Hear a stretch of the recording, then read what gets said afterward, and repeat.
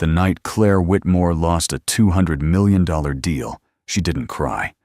She just sat alone at a corner table in one of Chicago's finest restaurants, staring at a glass of wine she hadn't touched in over an hour.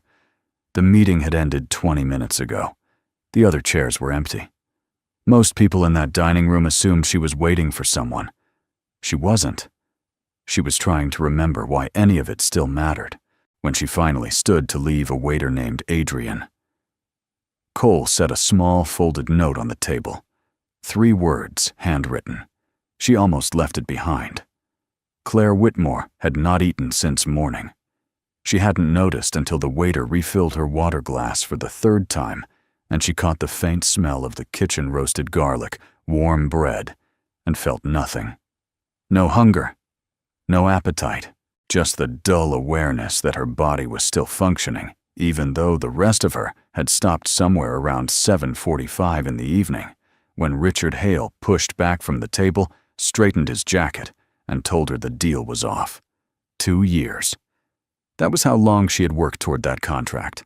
2 years of calls that ran past midnight, of flying across time zones to sit in conference rooms and make her case of restructuring her pitch deck so many times she had stopped counting. The figure itself, $200 million, had never felt entirely real to her. What felt real was the work. The relentless, grinding accumulation of decisions, each one stacked on top of the last, until the whole structure looked like something that couldn't fall. And then it fell anyway. Richard hadn't been cruel about it. That was almost worse.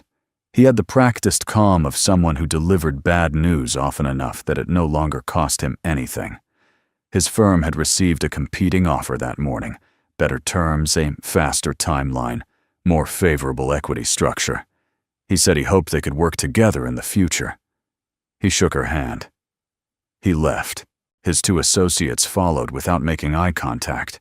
And then the table was empty, and the restaurant kept moving around her like she wasn't there. She ordered wine because it seemed like the right thing to do, something to hold. The glass arrived, and she set her hand around the stem and didn't drink it. The restaurant was full white tablecloths, low lighting, the kind of place where the noise stayed just below the threshold of distraction. She could hear fragments of other conversations, laughter from a table near the window, someone making a toast. The world was carrying on at its usual speed, and Claire was sitting completely still inside it, trying to understand why she didn't feel more. She had expected anger. She had always been someone who converted loss into action. It was the mechanism that had carried her from a rented desk in a shared office 12 years ago to where she was now. Disappointment came in and fury came out, and that fury became a next step. But tonight there was no fury. There was just the wine she wasn't drinking, and the empty chairs across from her, and the quiet, creeping suspicion that she had built something impressive for reasons she could no longer name. That was the part she couldn't say out loud to anyone. Not to her CFO, not to her investors, not to the 2 senior members of her team who had texted in the last 40 minutes asking how the meeting had gone. The loss of the contract was explainable. Markets shifted. Competitors moved. That was business, and she understood business. What she couldn't explain was the feeling underneath the loss, the sense that she had been running so fast and for so long that she had forgotten what she was running toward. And now that she had been forced to stop, she didn't know where she was. The restaurant moved quietly around her. A couple near the entrance was leaving the woman, laughing at something the man had said as he held open her coat. A group at the large round table in the center was wrapping up what looked like a celebratory dinner, champagne dessert plates being cleared. Claire watched them without meaning to. She wasn't envious exactly. She just couldn't locate herself in the scene. It was the waiter who brought her back into the room. He appeared at the edge of her table, not intrusively, not with the performed cheerfulness that some servers used as a kind of armor. He simply arrived the way people do when they've learned to read the temperature of a space before they enter it. His name tag said, Adrian. He looked to be somewhere around 40, with the kind of quietness that came not from shyness, but from years of paying attention. He asked if she'd like anything else, and his voice was level, not the voice of someone making conversation, but of someone genuinely asking. Claire said no. He nodded and began to clear the unused place settings from the other chairs. She watched his hands move with a practiced efficiency that had nothing mechanical about it. He didn't look at her while he worked, but she had the distinct sense that he was aware of everything at the table. The untouched wine, the folded napkins the other guests had left the particular kind of stillness she was sitting inside. When he finished, he didn't leave immediately. He set the small tray against his side and looked at the room for a moment, the way someone might look at something they've looked at 10,000 times and still find worth noticing. Then he glanced at Claire, not with curiosity or pity, but with a recognition that she couldn't quite categorize. "Long night," he said. It wasn't a question. Claire looked at him. Under other circumstances, she might have given the polished answer, the one that indicated she was fine, that she was in control, that she appreciated the check-in, but needed nothing. She had that answer ready at all times. But something about the directness of his observation caught her off guard. "Yeah," she said. "Long night." He nodded once, as though that confirmed something he'd already suspected, and then he moved off toward the next table without pressing further. Claire watched him go. She didn't know why she'd answered honestly. It wasn't a habit of hers. She sat for another 20 minutes after that. She read through her emails without responding to any of them. She looked at the projections her team had built for the post-contract phase, all that modeling, all those assumptions now orphaned from the reality they'd been designed for. She closed the files. The wine had gone completely cold, and she finally accepted that she wasn't going to drink it. She gathered her coat, set her card on the table for the bill, and stood. The restaurant had thinned out, a few tables still occupied, but the energy had shifted to the quieter register of a night winding down. Claire pulled on her coat and picked up her bag, and was about to step away from the table when she noticed the small piece of paper on the white cloth. She almost walked past it. It was folded once neatly and no larger than a receipt. Her name wasn't on it. There was nothing to indicate it was meant for her. She picked it up anyway. 3 words written in plain, even handwriting. No explanation. No signature. Just start again tomorrow. She read it twice. She looked up, but Adrian was across the room clearing a table near the far wall, his back to her. He didn't turn around. He wasn't waiting to see her reaction. He had simply left the note and moved on, as though it were a small and unremarkable thing. Claire stood there with the paper in her hand for a moment. She almost set it back down. It felt presumptuous, almost 3 words from a stranger who knew nothing about her, nothing about what she'd built, or what she'd lost, or how many people were depending on her to figure out the next move. The sentiment was simple to the point of being obvious. Of course you started again tomorrow. That was what people said. But she didn't set it down. She folded it again along the same crease and slipped it into the inside pocket of her coat against her chest, without entirely knowing why. She left the restaurant without looking back at Adrian. The cold air hit her when she stepped outside, and the street was bright and indifferent in the way Chicago streets were at night. Cabs, headlights, people moving in their own directions, with their own urgencies. Claire walked to the corner and stood there and breathed. The note was still in her pocket. 3 words that she had almost left on a table in an empty restaurant. She didn't know yet what to do with them. She didn't know yet that she wouldn't throw them away. She hailed a cab and got in and gave her address and watched the city pass the window, and somewhere in the middle of all that motion she realized she was still here, still in it, still breathing, and that the night wasn't going to swallow her whole, even if it felt close to doing so. She didn't open her laptop when she got home. She didn't answer the emails. She set her coat over the chair by the door, and before she went to bed, she took the note out of her coat pocket and set it on her desk, flat opened the 3 words facing up. She looked at it for a moment in the dim light of the room. Then she turned off the lamp and went to bed, and for the first time in months, she fell asleep without running the numbers. She woke before her alarm. That was not unusual. What was unusual was that she lay there for several minutes without reaching for her phone, without running through the day's agenda in her head, without doing the automatic calculus of urgencies that typically had her sitting upright before 6. She just lay there, looking at the ceiling, and listened to the city starting outside her window. The note was still on her desk.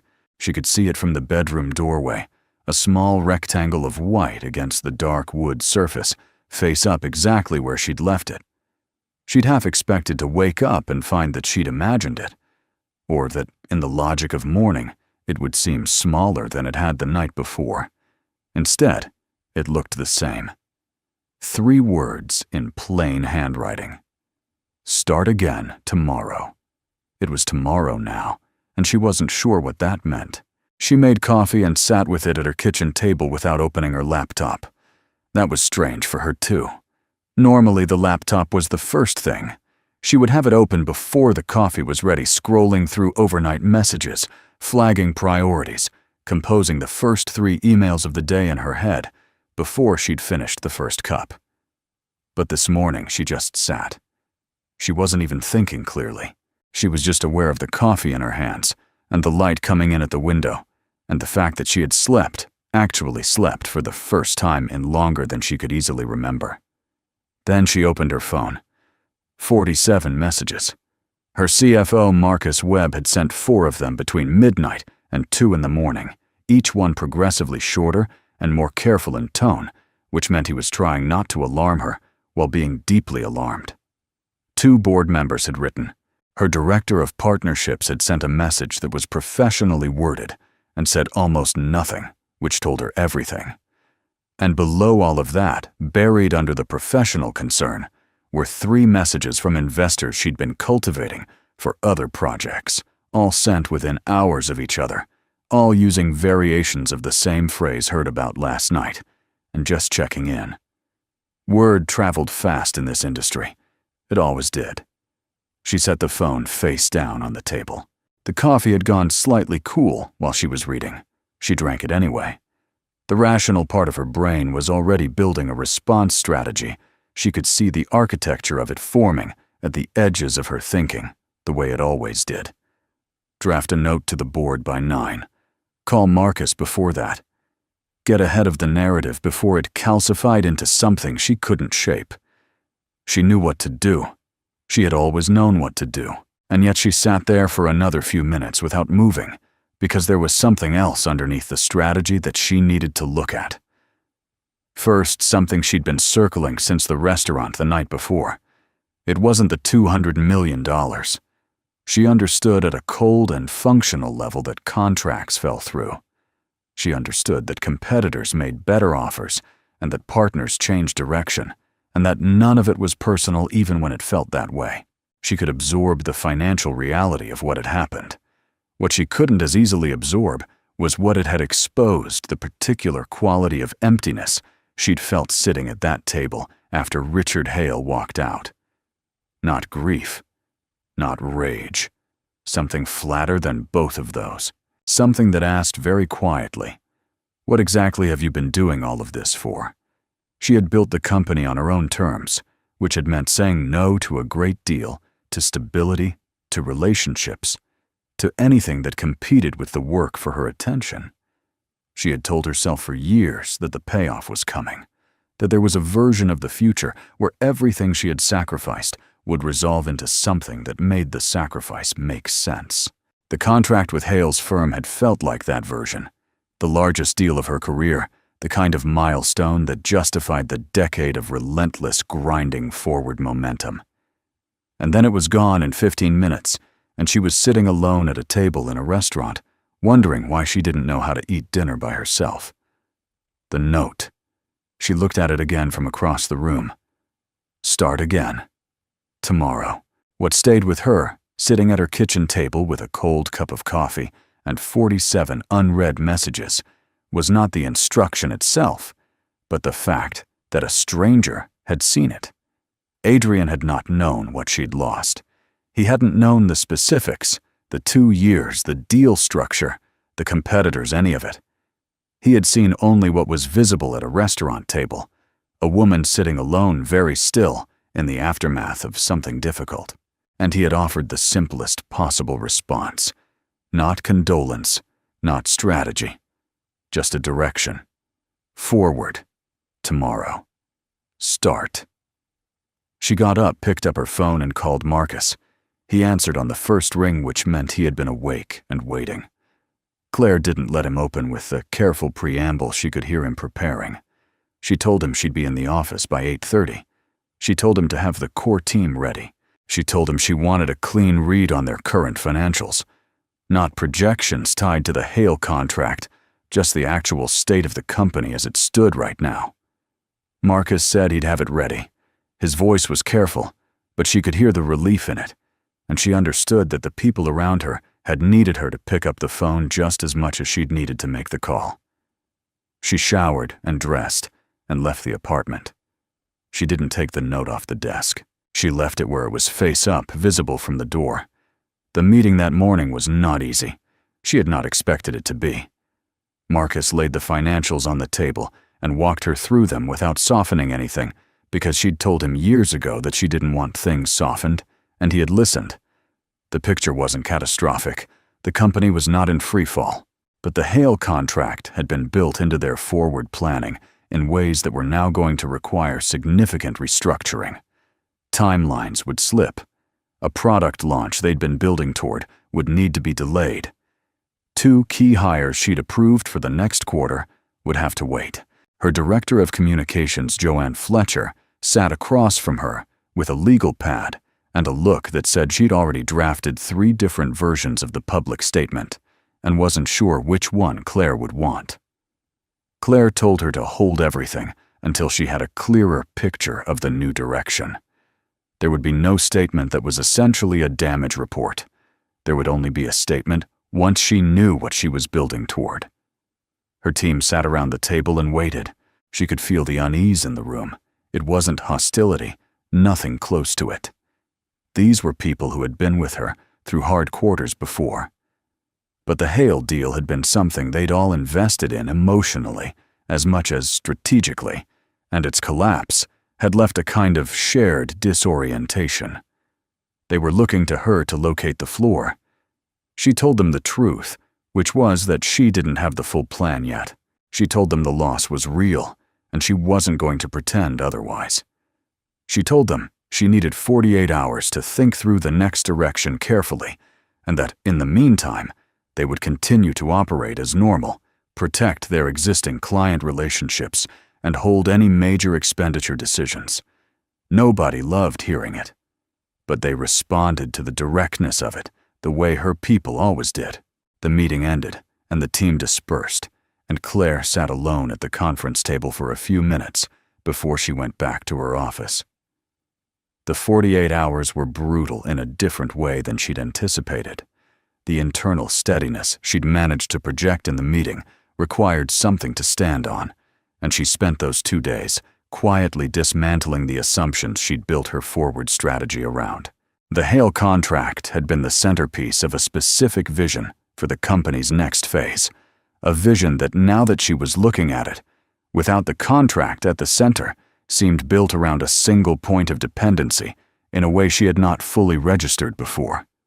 She had structured so much of her planning around the assumption of one massive institutional partner, one relationship, one set of terms, one source of the kind of capital that would let her scale the way she'd imagined. And the appeal of that structure, she was beginning to see, was partly about the money, and partly about something less defensible, the simplicity of it. One deal. One yes. One moment where everything resolved. She had been chasing a clean outcome in a world that didn't produce clean outcomes, and she had convinced herself it was strategy when some part of it was just exhaustion wearing a presentable coat. The calls that came in over those 2 days were instructive in ways she hadn't expected. Several investors she had peripheral relationships with reached out not to pile on, but because the collapse of the Hale deal had made her company visible in the market in a way it hadn't been before.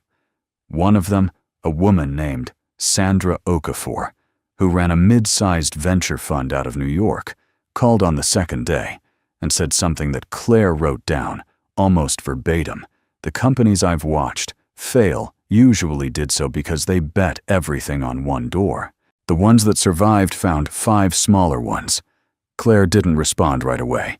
She thanked Sandra and said she'd follow up within the week.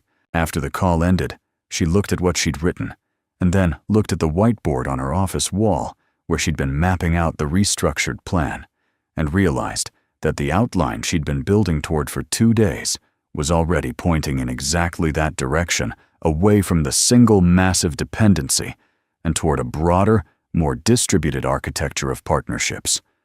Smaller deals. More of them. Less leverage for any one party to walk away and take everything with them. It was, in structural terms, a more resilient model. She could see that clearly now. What she couldn't see clearly yet, what still required sitting with, was whether this was genuinely the right direction, or whether it was the direction that simply felt survivable after a hard loss.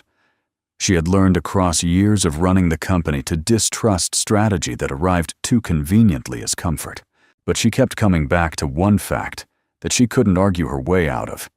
If Richard Hale had said yes that night at the restaurant, her company would have handed over a level of influence to his firm that she could not easily have undone. The deal had looked clean.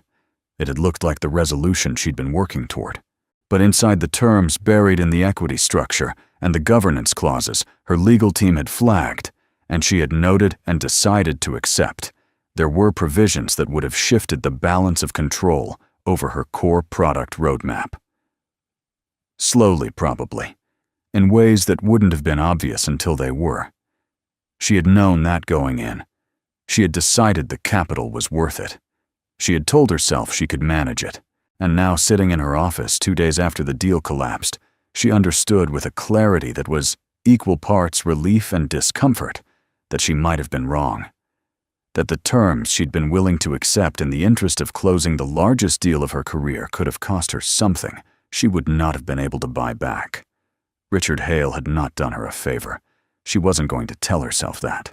The loss was a loss, and it had cost her time and certainty and momentum that she would have to rebuild. But the thing the loss had prevented, the slow erosion of her company's independence under the weight of one oversized relationship, was real. She could see it now from the outside in a way she hadn't been able to see it from the inside of 2 years of wanting it to work. She sat with that for a long time. The whiteboard, the financials on the desk, the plan that was still incomplete but beginning to take a shape she could work with, and somewhere beneath all of it, not resolving anything, not making the next steps easier, but still there. 3 words in plain handwriting that had somehow asked the only question that mattered: why not just start again? The plan took shape over the following 3 weeks in the way that real plans usually do, not all at once, not cleanly, but in pieces that gradually stopped contradicting each other and began to hold together. Claire worked through it methodically, the way she had learned to work through hard problems, starting with what was actually true rather than what she wished were true, building forward from there without shortcuts. The whiteboard in her office filled up and got erased and filled up again. The financials on her desk became familiar in a different way, not as a ceiling, but as a floor. This was what she had. This was what she could work with. The core of the new strategy was straightforward, even if the execution wasn't. Instead of positioning the company for one transformative institutional deal, she would build a network of smaller, more targeted partnerships across different sectors of the fintech market. No single partner would hold enough leverage to walk away and take everything with them. The trade-off was that it required more relationships to manage more patience and a longer timeline to the kind of scale she'd been imagining. It was the less dramatic version of the future. It was also, she was increasingly certain, the more durable one. She presented it to her board on a Thursday morning without softening the parts that were difficult. The initial reaction was what she'd expected, cautious probing, the kind of careful skepticism that boards were supposed to bring to proposals that followed a significant failure. Two members pushed back on the timeline. One wanted to know if she'd explored other large institutional partners before committing to the distributed model. She answered every question directly and let the discomfort in the room exist without trying to manage it away. By the end of the meeting, the board had not given her unconditional enthusiasm, but they had given her their approval to proceed, and she understood that was what she had come for. The months that followed were not easy to move through. That was the honest version. The restructured strategy required her team to rebuild their outreach pipeline almost from scratch, to re-enter conversations with potential partners at a different scale and with a different pitch, to absorb the fact that the market would continue to associate her company with the collapse of the Hale deal for longer than felt fair. There were weeks where the momentum felt genuinely fragile, where a partnership conversation that had seemed promising went cold without explanation, or where a competitor moved into a space she'd been trying to establish a foothold in, or where the delay of the product launch created enough internal anxiety that she had to sit her team down and talk them through it again. Marcus was steady through all of it, in the way that the best CFOs were steady, not by pretending the numbers were better than they were, but by being extremely precise about what the numbers actually meant. There was a difference between being under pressure and being in danger, and he kept that distinction clear when it would have been easy to let it blur. Joanne, for her part, managed the company's public presence with a restraint that Claire came to appreciate more over time, saying less, saying it carefully, letting the work speak when there was work to speak to. Sandra Okafor came back into the picture 6 weeks after their initial call this time, with a specific proposal. Her fund wanted to take a minority position in Claire's company as part of a broader fintech portfolio they were assembling. The terms were clean. No governance provisions that shifted product control. No clauses that would have made sense only if you imagined the partnership eventually becoming something else. Sandra had done this long enough to know what a good deal looked like and was not interested in building leverage she didn't need. Claire spent 4 days reviewing every line of the agreement with her legal team before she signed it, and when she did so without the complicated undercurrent of doubt she'd felt throughout the 2-year pursuit of the Hale contract. That was the first piece. The others came more slowly, in the unspectacular way that the right things often arrived: a partnership with a regional banking group that expanded her company's distribution footprint. In the Midwest, a licensing agreement with a payments infrastructure firm that had been on her target list for over a year, a smaller but strategically significant integration deal with a compliant software company that gave her product a capability her competitors hadn't yet built. None of these were $200 million moments. None of them announced themselves. They were just solid, well-structured agreements with partners who had clear reasons to want the relationship to work, and they accumulated. 7 months after the night at the restaurant, Claire sat in her office with the latest valuation report and read through it twice. The number wasn't what she would have had if the Hale contract had closed. It was higher, not dramatically, not in a way that made the loss feel retroactively painless, but the structure underneath the number was different in a way that the number alone couldn't fully capture. The company was no longer dependent on any single relationship for its forward momentum. Its revenue streams came from multiple directions. Its partnerships were diversified enough that the loss of any one of them, even the largest, would be manageable rather than existential. She had built something more resilient than what she'd been building before. She hadn't planned for that specifically. She had planned to survive the loss and find a way forward, and what she'd found in the process of doing, that was a version of the company that was harder to break. It was not the clean resolution she had imagined 2 years ago, but she was no longer sure clean resolutions were the goal. She sat with the report for a while after she finished reading it. Then she put it in her desk drawer and picked up her coat. The restaurant was the same. That was the first thing she noticed, the specific quality of the light inside the low hum of conversation, the white tablecloths, and the smell of the kitchen. It was a Wednesday evening, not particularly late, and the dining room was about half full. Claire stood in the entrance for a moment and let herself feel the strangeness of being back in this particular room. The last time she had stood here, she had been someone leaving in the aftermath of a collapse. She was not the same person now exactly, but she was still recognizably herself, which felt like a thing worth noticing. She asked the host if Adrian Cole was working. The host checked, then told her he was and offered to let him know she was there. Claire said she'd wait at the bar. She had a glass of water and watched the room. The restaurant moved in its familiar rhythm tables, turning the kitchen, sending out plates, the particular choreography of a well-run dining room. She had not been back here since that night. She had thought about it in the months in between, but she had let it stay in the background, something she would come to when the time was right, rather than something she needed to manufacture a moment around. Adrian appeared from the far side of the dining room, walking toward the bar, with the same unhurried quality she remembered from the first time she'd noticed him, not slow, just unrushed, in a way that seemed like a choice rather than an accident. He was still in the white shirt and dark apron of the restaurant uniform, and he looked essentially the same as he had 7 months ago, which made sense. For him, that night had probably been just another Wednesday. He recognized her before she said anything. She could see it in the brief adjustment of his expression. Not surprise exactly, but the quiet registration of something he hadn't been expecting. "Ms. Whitmore," he said. He said it without making it a question, and without the kind of performing memory quality that service staff sometimes used when they wanted to demonstrate recall. He just said it the way you'd say the name of someone you'd thought about once or twice since you'd seen them last. Claire told him she wasn't there for dinner. She told him she had come back because she wanted to say something to him, and she wanted to say it in the room where it had happened. Not in a letter or a message, or any of the more convenient formats she could have chosen.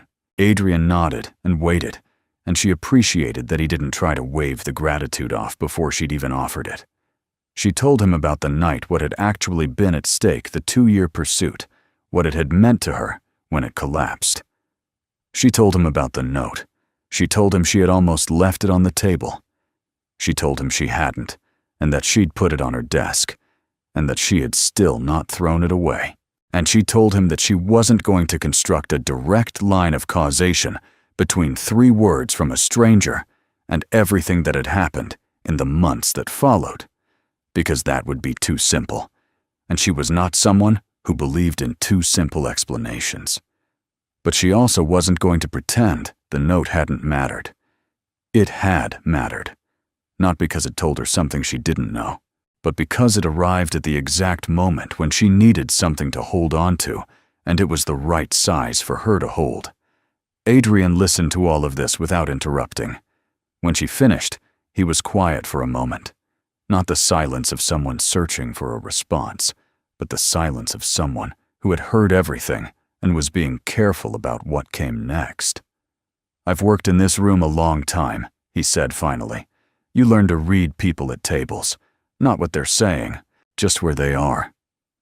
He looked toward the dining room for a moment, then back at her. "That night you weren't in bad shape because of money.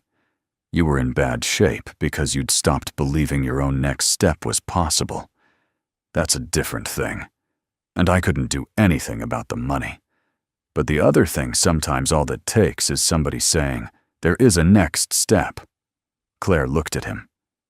"You couldn't have known that from a restaurant table." Adrian smiled just slightly. "I didn't know anything. I just knew what I saw." She thanked him again, and she meant it without qualification, not with the polished warmth of professional courtesy, but with the direct simplicity of someone who had thought carefully about what they wanted to say, and was saying exactly that. Adrian accepted it, the same way he'd delivered the note 7 months ago, without ceremony, without turning it into a moment larger than it was. She left the restaurant 15 minutes later. Outside, the street was bright and cold, in the particular way Chicago streets were. In late autumn, the wind off the lake, the headlights moving through it, the city doing what it always did. She walked half a block and then stood still for a moment and breathed it in. The note was not in her coat pocket tonight. It was still on her desk in her office, where she'd left it the morning after she first read it. She had no plans to move it. She had built a different company than the one she'd been building. She had not planned to. She had planned to sign a contract and scale along a path she'd already mapped and arrive at a version of success she could have described in detail 2 years ago. Instead, she had lost something and sat in an empty restaurant and been handed 3 words by a man who had no reason to hand her anything. And then she had gotten up the next morning and started again. The city moved around her, indifferent and constant. She pulled her coat tighter and began to walk, and the cold air was sharp and clarifying, and the next step was already forming in her mind before she'd fully decided to take it. That was how it usually went. That she was beginning to understand was the whole of it. This story shows how a few simple words can change someone's life and have them find strength to start again. If this story touched your heart, please like this video and subscribe to Story of Healing for more story. And tell us in the comment, have you ever heard words that change your life?